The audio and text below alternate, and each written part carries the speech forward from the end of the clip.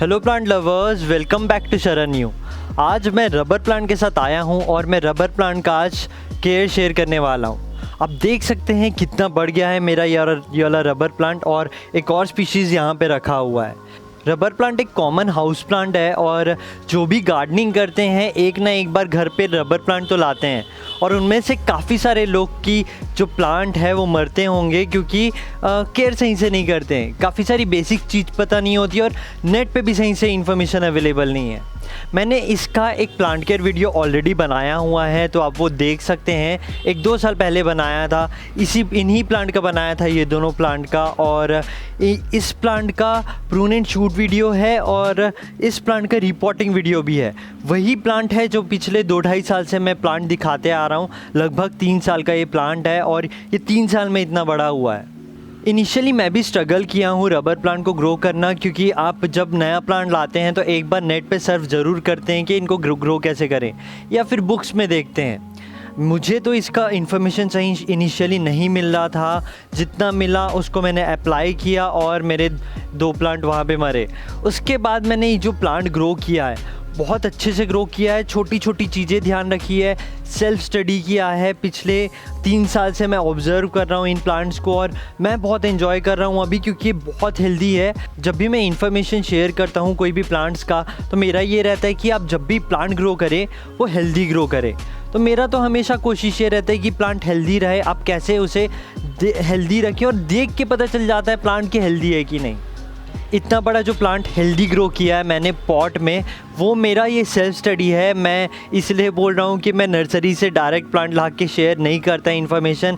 मैं बहुत ही limited videos डालता हूँ। पिछले 3-3.5 साल से जो वीडियोस डाल रहा हूँ काफ़ी स्टडीड रहती है। काफ़ी सारे प्लांट्स को मैं 2-2, 3-3, 4-4 साल से स्टडी कर रहा हूँ। मैं इसलिए बोल रहा हूँ क्योंकि रबर प्लांट का काफ़ी सारा मिक्स्ड इन्फॉर्मेशन है नेट पे, और एक मेरा पार्ट रहेगा कि मेरे वीडियोज़ उतने तो पिक नहीं किए हैं। अगर आप चाहते हैं कि मैं और वीडियोस बनाऊं ऐसे, तो आप कमेंट करिए, शेयर करिए, लाइक करिए, क्योंकि एल्गोरिथम में ऊपर उठेगा। नहीं तो मुझे भी मोटिवेशन नहीं मिलता है कि वीडियो बनाना चाहिए। और एक तो मैं डिटेल्ड वीडियो बनाता हूँ। वीडियो ये थोड़ा लंबा होने वाला है, जैसे आप समझ गए होंगे, क्योंकि अभी तक केयर शेयर चालू नहीं हुआ है। तो केयर पे आने के पहले मैं ये चीज़ आपको बता रहा हूँ। अगर आप चाहते हैं कि मैं आगे ऐसे ही वीडियो बनाऊँ डिटेल्ड वाले, तो कमेंट करिए और अप्लाई करिए। आपको अगर कमेंट नहीं करना है, लाइक नहीं करना है, मत करिए। मैं जो बता रहा हूँ आप प्लांट लाइए, उसे अप्लाई करिए, ग्रो करिए, उसके बाद आके आप लाइक और कमेंट करिए। क्योंकि मुझे भी एक मोटिवेशन चाहिए रहता है प्लांट केयर वीडियोस बनाने के लिए। क्योंकि अगर मैं सच में बात करूँ तो I am hardly earning anything from this. तो मैं अर्निंग के लिए वैसे भी नहीं बना रहा, ना एकदम व्यूज़ के लिए बनाता हूँ। पर मैं अगर ऑडियंस के लिए बना रहा हूँ तो एक पार्ट रहता है कि ऑडियंस देखे। अगर सही रीच नहीं जाता है तो लैक ऑफ मोटिवेशन भी होता है। इसीलिए ये पार्ट मेरे साइड से रखना ही इम्पॉर्टेंट था, क्योंकि जनरली एक क्रिएटर आपको नहीं बोलेगा, स्पेशली मेरे टाइप के क्रिएटर नहीं बोलेंगे कि आप लाइक करो, कमेंट करो। मुझसे तो ये सब उतना नहीं हो पाता। जो बोलते हैं अच्छी बात है, but somewhere it is difficult for me to present these things. तो इसीलिए मैं बोल रहा हूँ, इस वीडियो में स्पेशली बोल रहा हूँ क्योंकि काफ़ी सारे रबर प्लांट के वीडियोज़ हैं। अगर आप नहीं करेंगे तो अच्छे वीडियोज़ कहाँ दब के रह जाते हैं पता नहीं, क्योंकि इन्फॉर्मेटिव वीडियो है, कुछ एंटरटेनमेंट नहीं है। बहुत कम लोग ऐसे होते होंगे जो सही में इन्फॉर्मेशन लेने आते होंगे और अप्लाई करने के लिए। तो ये एक पार्ट है जो मैं इनिशियली शेयर करना चाहता था इस प्लांट के बारे में। उसके बाद इसका एक और ऑलरेडी एक प्लांट केयर वीडियो आप वो देख सकते हैं। जब मैं शुरू में प्लांट ला के ग्रो कर रहा था, सक्सेसफुली ग्रो कर लिया था, तब का वो वीडियो है। और अभी मैं ये वीडियो आपको चालू करूँगा इस चीज़ से कि इतना बड़ा हुआ है तो कैसे हुआ है, क्या क्या बेसिक नीड चाहिए प्लांट को ग्रो करने के लिए। चलिए आइए चालू करते हैं। मैं इसका केयर पॉट से चालू करूँगा। इनिशियली आप देखे होंगे मेरा पिछला वीडियो, तो लगभग मैंने 8-10 इंच के पॉट में लगाया था, उसको रिपोर्ट करके ये पॉट में डाला हुआ है। रिपोर्टिंग वीडियो शेयर किया था जब मैं डाला था, वो देख सकते हैं। तो इनिशियली आप छोटे पॉट में लगा सकते हैं ज़रूर, 8-10 इंच के पॉट में। स्पेशली ये वाली स्पीशीज़ की बात करूँ, क्योंकि ये बहुत पेस में बढ़ते हैं जब बढ़ते हैं, और अच्छा खासा कैप्चर कर लेते हैं पॉट को। तो आपका जो पॉट है, अगर आप 8-10 इंच का पॉट लेंगे तो जल्दी रूट बाउंड हो जाएगा, आपको 1-1.5 साल में रिपोर्ट करना पड़ेगा। मेरा सजेशन ये रहेगा कि 12-14 इंच पॉट में एटलीस्ट लगाइए, क्योंकि ये वाला स्पीशीज़ है, ये बहुत अच्छा बढ़ता है और बहुत जल्दी कैप्चर कर लेगा पॉट को। अगर कैप्चर कर लेता है, प्लांट बढ़ गया है, तो वाटर बहुत कंज्यूम करता है। वहाँ पे आपको पानी का बहुत ध्यान रखना पड़ेगा अगर आप छोटे पॉट में लगाए हैं तो। इसीलिए 12 टू अब 14 इंच में लगाइए। जब प्लांट उतना बड़ा नहीं होगा, छोटा होगा, तो 2-2.5 साल बाद आप जब रिपोर्ट करेंगे 15-16 इंच पॉट में आप शिफ्ट कर सकते हैं। आप ये वाला स्पीशीज़ देख सकते हैं जो यहाँ पे रखा हुआ है, ये लगभग 12 टू 14 इंच पॉट में लगा हुआ है। आप इसे 12 टू 14 इंच पॉट में लगा दीजिए, 10 इंच पॉट में लगा दीजिए, ये वाला स्पीशीज़ रह लेता है, क्योंकि ये उतने पेस में नहीं बढ़ते। आप देख सकते हैं दोनों प्लांट एक ही एज के ऑलमोस्ट, पर ये उतना नहीं बड़े हैं एज़ कंपैरिजन टू दिस, और इसके लीव्स भी बहुत थिक हैं और बड़े हैं, इसके उतने नहीं हैं। तो ये कंपैरेटिवली कम वाटर कंज्यूम करते हैं और इसका फ्रीक्वेंसी भी कंपैरेटिवली कम रहता है इसका कंपैरिजन। तो ये दो चीज़ है। ये वाले प्लांट को स्पेशली बड़े पॉट की ज़रूरत है, इसको उतने बड़े पॉट की ज़रूरत नहीं है, पर एक स्टैंडर्ड 10 टू 14 इंच का पॉट लें, ज़्यादा सही रहेगा। तो ये थी पॉट की बात। उसके बाद आते हैं सॉइल मिक्स में। इस प्लांट को मॉइस्चर पसंद है, इसीलिए आपको कोको कॉयर मिलाना है इसके सॉइल में और वेल ड्रेन रखना है। एक प्रपोर्शन की बात करें तो 45% गार्डन सॉइल ले सकते हैं, 20% सैंड, 15% कंपोस्ट और 20% आप कोको कॉयर लीजिए। कोको कॉयर मॉइस्चर मेंटेन रखेगा सॉइल में और मॉइस्चर रिटेंशन का काम करता है, और ज़रूरी है इसमें कोको कॉयर मिलाना, क्योंकि इसे मॉइस्चर पसंद है। मैं एम्फसाइज़ कर रहा हूँ, सॉइल मिक्स भी इंपॉर्टेंट पार्ट रहता है। काफ़ी सारे बिगनर्स नहीं समझते हैं। अब सॉइल मिक्स सही नहीं रखोगे ना, आपका प्लांट सही से ग्रो नहीं होगा। इसलिए most of the plant care में मैं सॉइल मिक्स कवर करता हूँ। उसका कारण है आपको रखना है। अगर आप सही सॉइल मिक्स रखोगे तो प्लांट अच्छा बढ़ेगा। उसके बाद आता हूँ मैं इसके सनलाइट में।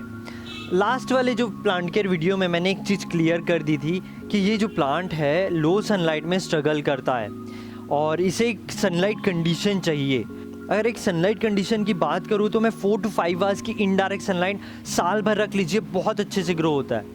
मॉर्निंग की 2-3 घंटे की आप डायरेक्ट सनलाइट दे सकते हैं, मॉर्निंग की या इवनिंग की। इन्हें ज़्यादा सनलाइट नहीं पसंद है और बहुत ज़्यादा शेड भी नहीं पसंद है। जैसे मैं बोल रहा हूँ डायरेक्ट सनलाइट में रह लेते हैं 2-3 घंटे की। समर में आपको अवॉइड करना है, बाकी सीजन्स रह सकते हैं। तो ये था सनलाइट। आप रिवाइंड करके फिर से देख सकते हैं। और मैं ये चीज़ जो बता रहा हूँ, सनलाइट की रिक्वायरमेंट रहती है, इसे बहुत इंपॉर्टेंट है, क्योंकि अगर आप सही सनलाइट नहीं दोगे, लो लाइट में रखोगे ना, तो ये प्लांट अचानक से मर जाएगा ज़्यादा कुछ सिम्टम दिए। तो ये पार्ट समझना इंपॉर्टेंट है। अगर आप बहुत ज़्यादा डायरेक्ट सनलाइट में रख दिए तो इसके लीव्स की स्क्रॉचिंग होती है। मैं काफ़ी लोग को देखता हूँ, कुछ लोग तो बहुत ज़्यादा शेड में रख देते हैं, एकदम इंडोर रख देते हैं, या फिर कुछ लोग एकदम आउटडोर रख देते हैं। इसको एक इनडायरेक्ट सनलाइट का कंडीशन दे, ज़्यादा अच्छा रहेगा, प्लांट हेल्दी रहता है। उसके बाद एक और चीज़ मैं ये डिस्कस करना चाहता हूँ कि मैं इंस्टाग्राम में काफ़ी देखता हूँ, इवन यूट्यूब में भी देखता हूँ, स्पेशली वो जो सेल कर रहे हैं प्लांट्स, वो ना इस प्लांट को इंडोर बोल के बेचते हैं। काफ़ी सारे प्लांट को इंडोर बोल के बेचते हैं। ये नहीं समझते हैं कि एक सनलाइट कंडीशन चाहिए रहता है, ये नहीं बताते हैं। जब ये बताएंगे नहीं तो काफ़ी सारे जो बिगनर्स हैं, गार्डनिंग में एंटर करते हैं या फिर उतना टाइम नहीं हुआ रहता है, वो स्ट्रगल करते हैं ये ऐसे टाइप के प्लांट को ग्रो करने में। तो आपको ये चीज़ समझना है, बेचने वाले तो बेचेंगे, आपको समझना है इसकी एक सनलाइट कंडीशन की रिक्वायरमेंट है और आपको वो देना है। मैं बेचने वालों का पार्ट तो कुछ ज़्यादा कुछ कर नहीं सकता, पर आपको इतना ही बोल सकता हूँ, जो रिक्वायरमेंट है सनलाइट की वो आप समझें, आप मेरे वीडियोस देखें। मैंने काफ़ी सारे वीडियोस में बताया हुआ है सनलाइट कंडीशन के बारे में। मैंने मनी प्लांट की वीडियो में 3 सनलाइट कंडीशन शेयर की हुई थी, ब्राइट सनलाइट, इनडायरेक्ट सनलाइट और डायरेक्ट सनलाइट। और अलग से उसका एक क्लिप भी काट के डाला हुआ है, ज़्यादा व्यूज़ मिले नहीं है। I don't know how algorithm works, पर वो बहुत इंपॉर्टेंट वीडियो है किसी को सनलाइट कंडीशन समझना है तो। अगर आप सही में ग्रो करना चाहते हैं अच्छे से तो वो वीडियो ज़रूर देखिए। सनलाइट के बाद आऊँगा मैं वाटरिंग में। इनिशियली जब आप प्लांट लाएंगे तो ना कम पानी लगेगा प्लांट को, और जैसे प्लांट बड़े होंगे तो ना आपकी वाटरिंग फ्रिक्वेंसी हो सकती है बढ़े। तो मैं इसको और डिटेल में बताता हूँ। जब मैंने ये प्लांट लगाया था तब शायद मैं अराउंड हाफ इंच चेक करके देता था पानी। अब मैं इस प्लांट को कैसे पानी दे रहा हूँ बताता हूँ। इसका 40% ड्राई हो जाता है सॉइल, तो मैं इसे पानी दे देता हूँ। उसके पीछे का कारण ये है, जब मैं शुरू में लगाया था तो इसके लीव्स उतने बड़े नहीं थे। ये प्लांट छोटा था, कम लीव्स थे, ट्रांसपिरेशन कम होता था, ये कम वाटर कंज्यूम करते थे, ज़्यादा नहीं सोखते थे पानी। अब जब बड़ा हुआ है, बहुत सारे लीव्स आ गए हैं, तो ना बहुत जल्दी वाटर कंज्यूम करते हैं, और अब ज़्यादा ड्राई छोड़ दिया ना तो लीव शेड होना चालू हो जाते हैं, इसके येलो होंगे और उसके बाद गिरेंगे। तो ये चीज़ समझने वाली है, इसलिए मैं बोल रहा था शुरू में आपको बड़ा पॉट लेना है। इसको मॉइस्ट सॉइल पसंद है, और जैसे इतना बड़ा हो गया है तो इसको वैसे ही पानी की ज़रूरत रहती है। जैसे मैं अभी बता रहा हूँ 40% ड्राई होता है तो पानी दे रहा हूँ। अभी स्प्रिंग चल रहा है, हम समर में एंटर कर रहे हैं। जब समर में एंटर करेंगे, हो सकता है मैं 20-30% ड्राई होगा तो पानी दे दूँगा, क्योंकि समर में बहुत ज़्यादा वाटर कंज्यूम करते हैं, थोड़े तो इवोपरेट भी हो जाते हैं, और इनको अब ज़्यादा छोड़े समर में ड्राई तो ये लीव शेड करेंगे। और समर में ना सॉइल जल्दी ड्राई होते हैं, क्योंकि काफ़ी सारी ड्राई एयर भी चलती है, वहाँ पे भी अफेक्ट पड़ता है। वहीं पे आप विंटर में लेंगे तो विंटर में 2-3 दिन हो जाता है कई बार वाटरिंग फ्रीक्वेंसी, वहीं समर में डेली डालना पड़े। तो विंटर में मैं लगभग 70-80% ड्राई होता है तो पानी देता हूँ, मॉडरेट विंटर है तो। अगर ज़्यादा विंटर हुआ तो हो सकता है 90% ड्राई होगा तो पानी दूंगा। तो ये चीज़ आपको भी समझना है कि जब प्लांट छोटा रहेगा तब आपको कम फ्रीक्वेंसी में पानी डालना है, जैसे बढ़ते जाएगा तब आपको इसकी फ्रीक्वेंसी बढ़ानी होगी। अब मैं आपको टेक्निक बताता हूँ, ये थोड़ा कॉम्प्लिकेटेड लगा होगा जो मैं आपको बताया। अब जब प्लांट लगाएंगे तो 1 सेंटीमीटर 2 सेंटीमीटर देख के डालें पानी। 2 सेंटीमीटर अराउंड ½ इंच होगा, आप ना ड्राई होने दें, उसके बाद पानी दें। आप वहाँ ऑब्जर्व ये कर सकते हैं कि कोई ओल्ड लीफ शेड तो नहीं हो रही है येलो होके। अगर आप ½ इंच से थोड़ा और ज़्यादा ड्राई छोड़ दिए, अगर येलो होके शेड हो रही है ना लीव्स, तो समझिएगा कि ना आप ना अंडर वाटरिंग करें, इसकी फ्रीक्वेंसी बढ़ाने की ज़रूरत है। या फिर अगर आप ½ इंच ड्राई होने पे पानी दे रहे हैं फिर भी येलो होके शेड हो रहा है, तो समझ जाइए आपको फ्रीक्वेंसी बढ़ाने की ज़रूरत है। आप ना वहाँ 1 सेंटीमीटर ड्राई होगा तब आप पानी दीजिए।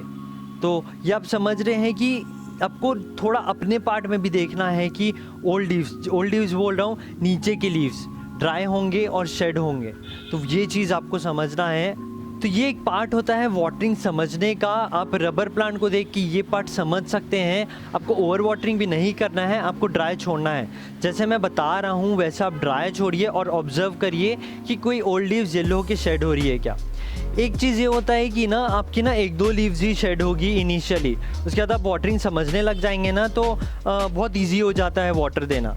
मैं तो यही बोलता हूँ, ओवर वाटरिंग से प्लांट को मारने से बेहतर तो 1-2 लीव शेड हो जाए चलता है, क्योंकि 1-2 लीव इसके लीव शेड हुए हैं काफ़ी सारे। आपको अभी ऐसे देख के नहीं पता चल रहा होगा, पर इसके लीव शेड हुए हैं, फिर भी ये अच्छा खासा बढ़ रहे हैं। 1-2 लीव्स 3 लीव शेड होते हैं ना तो उतना दिक्कत नहीं करता है।